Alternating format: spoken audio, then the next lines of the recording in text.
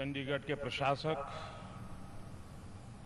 एवं हरियाणा तथा पंजाब के राज्यपाल प्रोफेसर कप्तान सिंह सोलंकी जी, पंजाब के मुख्यमंत्री श्रीमान प्रकाश सिंह जी बादल, हरियाणा के मुख्यमंत्री श्रीमान मनोहर लाल जी खट्टर, केंद्र में मंत्रिपरिषद के मेरे साथी श्रीमान श्रीपाद नायक जी, केंद्र में मंत्रिपरिषद के मेरे साथी श्रीमान विजय सांपला जी, चंडीगढ़ के सांसद बहन किरण खेर जी, श्रीमान अजीत शरण जी, डॉक्टर नागेंद्र जी, श्रीमान प्रणव पंड्या जी, सिस्टर शिवानी जी और विशाल संख्या में पधारे हुए योग का समर्थन करने वाले प्यारे भाइयों और बहनों, इस समय देश के हर कोने में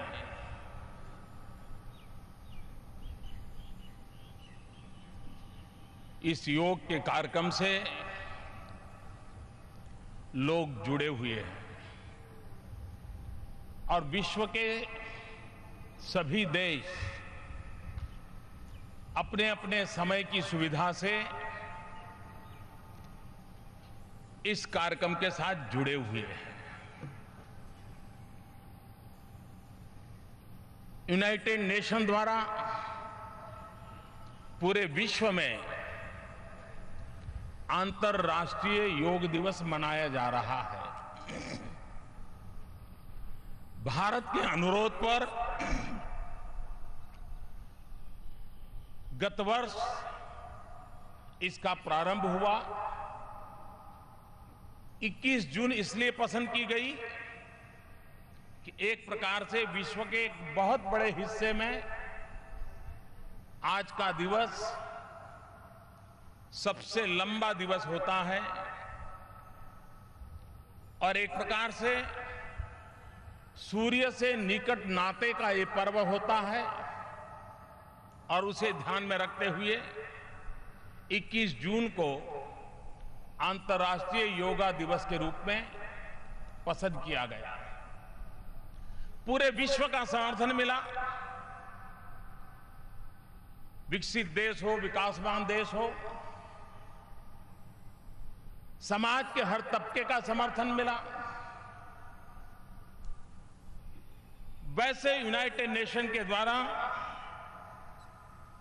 कई ऐसे अंतर्राष्ट्रीय दिवस मनाए जाते हैं, मैं सबका उल्लेख नहीं करता हूं, लेकिन शायद यूनाइटेड नेशन द्वारा मनाए गए इतने सारे दिवसों में कोई दिवस जन आंदोलन बन गया हो, विश्व के हर कोने में उसको समर्थन और स्वीकृति प्राप्त होती हो। शायद अंतर्राष्ट्रीय योगा दिवस की बराबरी कोई और दिवस नहीं कर पा रहा है। एक साल के भीतर भीतर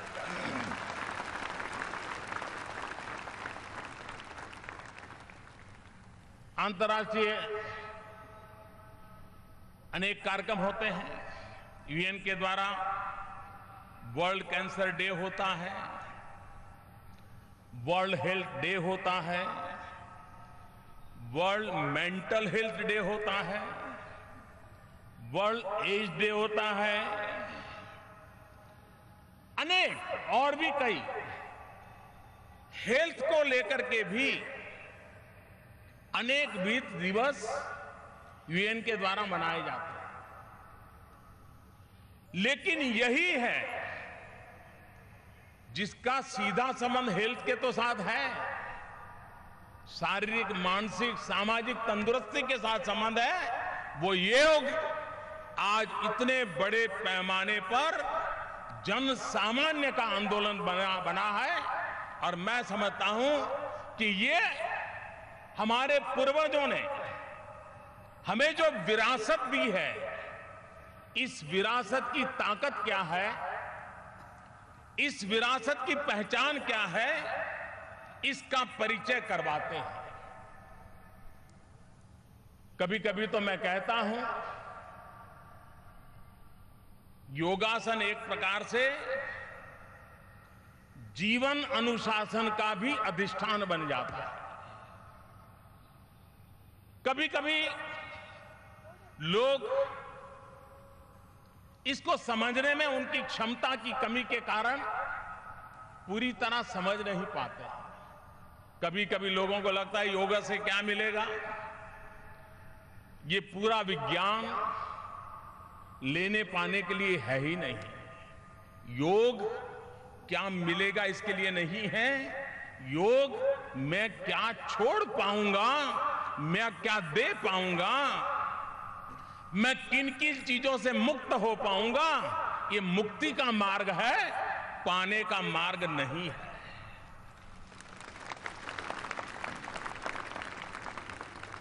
सभी संप्रदाय, धर्म, भक्ति, पूजा पाठ वो इस बात पे बल देते हैं कि मृत्यु के बाद इहलोक से निकल करके जब परलोक में जाएंगे तो आपको क्या प्राप्त होगा। आप अगर इस प्रकार से पूजा पद्धति करेंगे, ईश्वर की साधना आराधना करेंगे, तो आपको परलोक में यह मिलेगा। योग परलोक के लिए नहीं है। मृत्यु के बाद क्या मिलेगा, इसका रास्ता योग नहीं दिखाता है। और इसलिए यह धार्मिक कर्मकांड नहीं है। योग इहलोक में तुम्हें मन को शांति कैसे मिलेगी, शरीर को स्वस्थता कैसे मिलेगी, समाज में एक सूत्रता कैसी बनी रहेगी, उसकी ताकत देता है। ये परलोक का विज्ञान नहीं है, इहलोक का विज्ञान है। इसी जन्म में क्या मिलेगा, उसी का विज्ञान है। और इसलिए योग के संबंध में शरीर, मन, बुद्धि, आत्मा ये सिंक्रोनाइज वे में काम करें, इसकी एक ट्रेनिंग योग के द्वारा होती है। हम अपनी तरफ देखें तो हमने देखा होगा कि हम चले या न चले,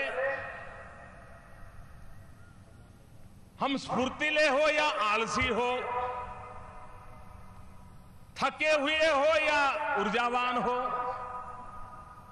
हमारा शरीर कुछ भी हो सकता है। ढीला ढाला ऐसे ही चलो छोड़ो यार, कहां जाएंगे, वहां बैठो। लेकिन मन कभी स्थिर नहीं रहता है। वो तो चारों तरफ चक्कर मारता है। यहां बैठे हो और आपका अमृतसर याद आ जाए तो वहां चले जाएंगे, आनंदपुर साहब याद आएगा तो वहां चले जाएंगे, मुंबई याद आएगा तो वहां चले जाएंगे, कोई दोस्त याद आया तो उसके पास मन चला जाएगा। मन अस्थिर होता है, शरीर स्थिर होता है।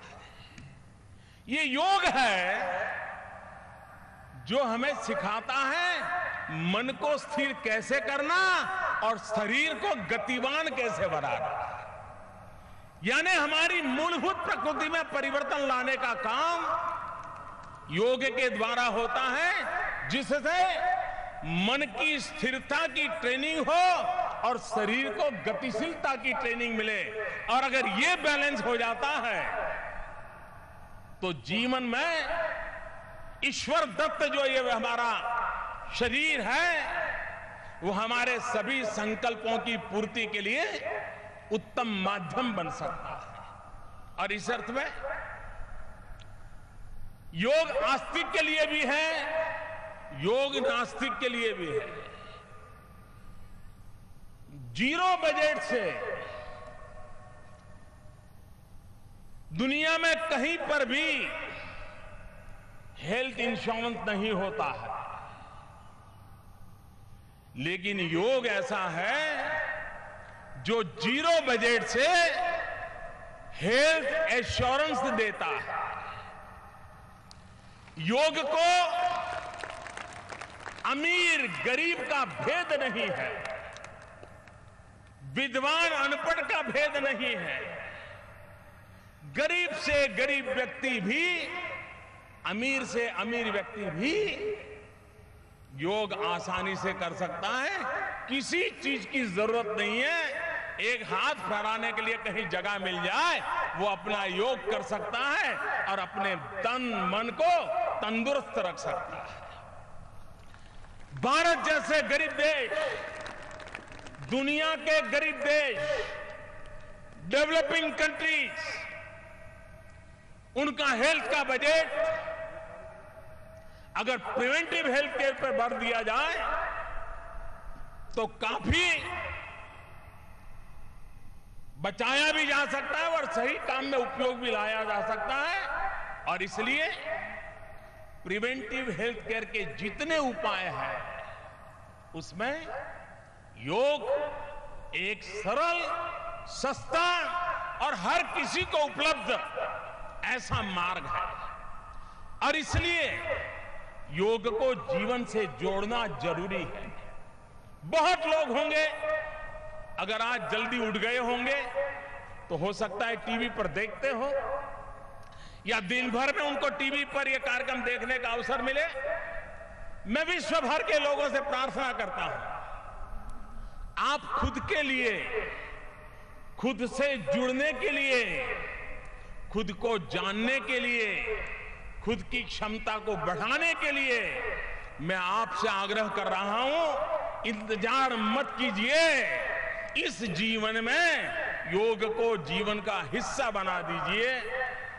जिस प्रकार से आज मोबाइल फोन आपके जीवन का हिस्सा बन गया है, उतनी ही सहजता से आप योग को अपने जीवन का हिस्सा बना सकते हैं। कोई कठिन काम नहीं है, उसको सरलता की ओर ले जाने की जरूरत है। कभी कभी हम लोग योग के संबंध में जब चर्चा करते हैं तब ब्राजील में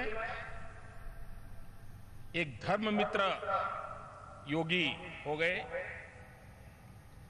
उनका दावा था कि योग के 1008 आसन होते हैं, 1008, और उन्होंने प्रयत्न करके 908 आसनों की तो फोटोग्राफी की थी, उस क्रियाओं की। ब्राजील में जन्मे थे, योग को समर्पित थे।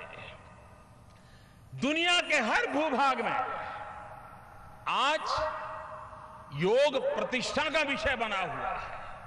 और जब योग का आकर्षण हो, योग की प्रतिष्ठा हो, तब जिस महापुरुषों ने, ऋषियों ने, मुनियों ने हमें ये विज्ञान दिया है, हमारी जिम्मेवारी बनती है इसको सही स्वरूप में हम विश्व तक पहुंचाएं।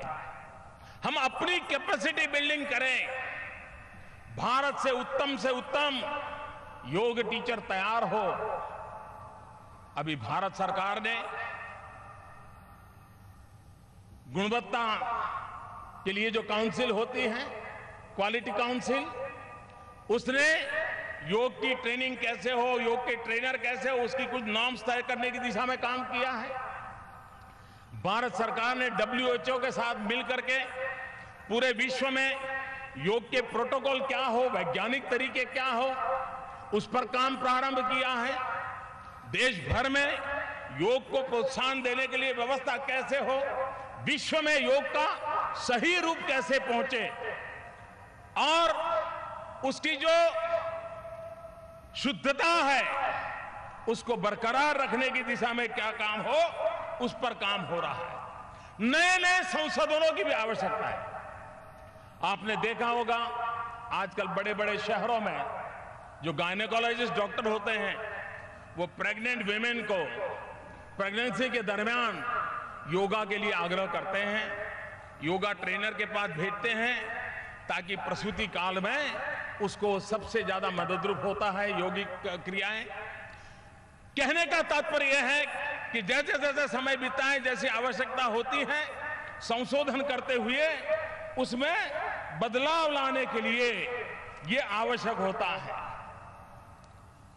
हम बहुत व्यस्त हो गए हैं, खुद के साथ अपने को न जोड़ पाते हैं, न हम खुद के साथ जी पाते हैं। हम अपने आप से कट ऑफ हो चुके हैं। योग और किसी से जोड़े या न जोड़े, अपने आप से जोड़े हैं। और इसलिए योग हमारे लिए शारीरिक, आध्यात्मिक और सामाजिक चेतना का केंद्र बिंदु बन गया है।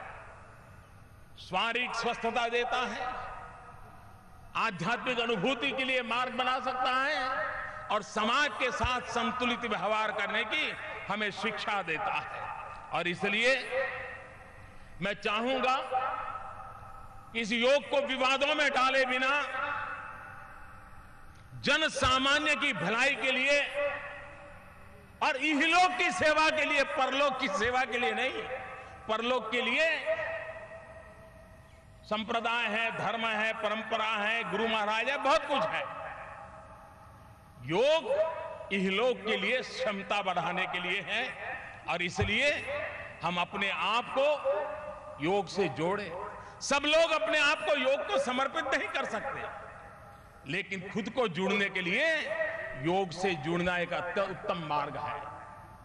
मुझे विश्वास है कि हम इस दिशा में आगे बढ़ेंगे। आज योग विश्व में एक बहुत बड़ा आर्थिक कारोबार भी बनता जा रहा है। पूरे विश्व में एक बहुत बड़ा प्रोफेशन के रूप में विकसित हो रहा है। योग के ट्रेनर की बहुत बड़ी मांग बढ़ रही है दुनिया में, दुनिया के हर देश में मांग बढ़ रही है। नौजवानों के लिए रोजगार के अवसर उपलब्ध कराने की संभावनाएं हो रही है। अरबों खरबों का कारोबार आज योग नाम की व्यवस्था के साथ विकसित होता जा रहा है। दुनिया में कई देश ऐसे हैं कि जहां टीवी चैनल 100% योगा के लिए ही समर्पित हो, ऐसी टीवी चैनल चलती है। एक बहुत बड़ा कारोबार के रूप में भी ये विकसित हो रहा है। जब योग, आज हम हर प्रकार से योग करते हैं। मैं योग से जुड़े हुए सभी महानुभावों से आज मैं इस सार्वजनिक मंच से एक प्रार्थना करना चाहता हूं। ये मेरी रिक्वेस्ट है। क्या अगले साल जब हम योगा दिवस मनाएंगे, ये जो एक वर्ष है, एक वर्ष दरमियान हम योग के लिए जो भी करते हैं करें, लेकिन एक विषय पर हम फोकस कर सकते हैं क्या? और वो मेरा विषय है मधुमेह, डायबिटीज। डायबिटीज और योग, सभी योग की दुनिया के लोग, जो भी ज्ञान उनके पास है, तरीके उनके पास हैं, साल भर योग की बाकी चीजें तो चलेगी, लेकिन ये प्रमुख होगा। भारत में डायबिटीज की संख्या बढ़ रही है। योग के द्वारा डायबिटीज से मुक्ति मिले या न मिले, लेकिन उसको कंट्रोल तो किया जा सकता है। हम सामान्य व्यक्ति को मधुमेह शक्ति में, डायबिटीज की स्थिति में कौन से यौगिक उपाय हैं, ये सिखाने का जन आंदोलन खड़ा कर सकते हैं क्या? देश में डायबिटीज के कारण होने वाली परेशानियों से हम कुछ परसेंटेज लोगों को भी मुक्ति दिलाएंगे, तो योग इस वर्ष के अचीवमेंट में अगले साल कोई और बीमारी लेंगे। लेकिन मैं चाहता हूं कि इस उत्तम स्वास्थ्य के लिए कहीं पर किसी बीमारी को भी एड्रेस करें हम, और एक वर्ष के लिए एक बीमारी पकड़ करके आंदोलन चलाएं। दूसरा, योग ये बीमारी से मुक्ति का ही मार्ग नहीं है। योग ये वेलनेस की गारंटी है। ये सिर्फ फिटनेस की नहीं, ये वेलनेस की गारंटी है। और इसलिए हमने वेलनेस पर भी अगर जीवन को एक होलिस्टिक डेवलपमेंट के लिए और ले जाना है, ये उसका उत्तम मार्ग है। आज जब अंतर्राष्ट्रीय योगा का दूसरा वर्ष है। भारत ने विश्व को अनमोल विरासत दी है। विश्व ने आज अपने अपने तरीके से उसको स्वीकार किया है। ऐसे समय भारत सरकार की तरफ से मैं आज 2 अवार्ड घोषित करने जा रहा हूं। अगले वर्ष जब 21 जून को अंतर्राष्ट्रीय योग दिवस मनाया जाएगा, तब भारत की तरफ से यह 2 अवार्ड के लिए चयन होगा। उनको अवार्ड उसी समारोह में दिया जाएगा। एक अंतर्राष्ट्रीय स्तर पर योग के लिए उत्तम काम हो रहा हो, उनके लिए अवार्ड। दूसरा, भारत में हिंदुस्तान के भीतर योग के लिए जो उत्तम काम होता होगा, उनके लिए अवार्ड। एक अंतर्राष्ट्रीय योग अवार्ड, एक राष्ट्रीय योग अवार्ड। व्यक्ति, संस्था, हर कोई इसमें जुड़ सकते हैं। उसकी जो एक्सपर्ट कमेटी होगी वो उसके नियम बनाएगी, उसके तौर तरीके बनाएगी, जूरी तय करेगी। लेकिन विश्व भर में जिस प्रकार से अनेक ग्लोबल अवार्ड की वाहवाही होती है, याद होती है, उसका महत्व माना जाता है। हिंदुस्तान चाहता है कि भारत विश्व के लोग जो योग से जुड़े उनको सम्मानित करे, हिंदुस्तान में जो योग के लिए काम कर रहे हैं उनको सम्मानित करे, और ये परंपरा हम आगे बढ़ाएं।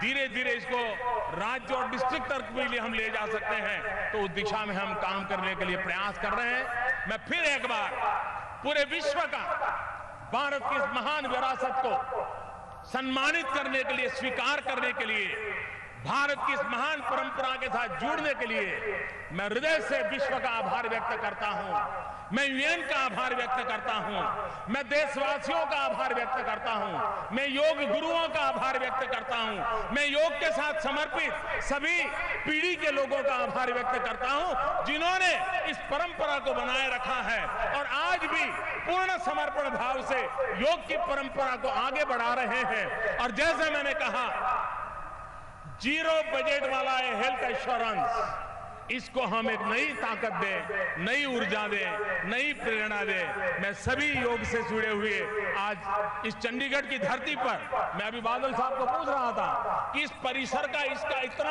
उत्तम उपयोग इसके पहले कभी हुआ है क्या? मैं यहां बहुत पहले आया करता था। मैं चंडीगढ़ में रहता था, करीब 5 साल में यहां रहा हूं, तो मैं भली भांति इन चीजों का परिचित था। तो जब चंडीगढ़ में ये कार्यक्रम बनाने की बात आई, मैंने कहा था कि इससे जगह अच्छा उत्तम कोई परिसर नहीं हो सकता है। और आज इस परिसर का उत्तम उपयोग देख करके मन को बहुत ही आनंद हो रहा है कि हजारों की तादाद में योग के साथ जुड़े लोगों को देख करके मन को बड़ी प्रसन्नता होती है। और विश्व पूरा जुड़ रहा है, ये अपने आप में गर्व की बात है। मैं फिर एक बार इस महान परंपरा को प्रणाम करते हुए, उज्जवल भविष्य की कामना करते हुए बहुत बहुत धन्यवाद।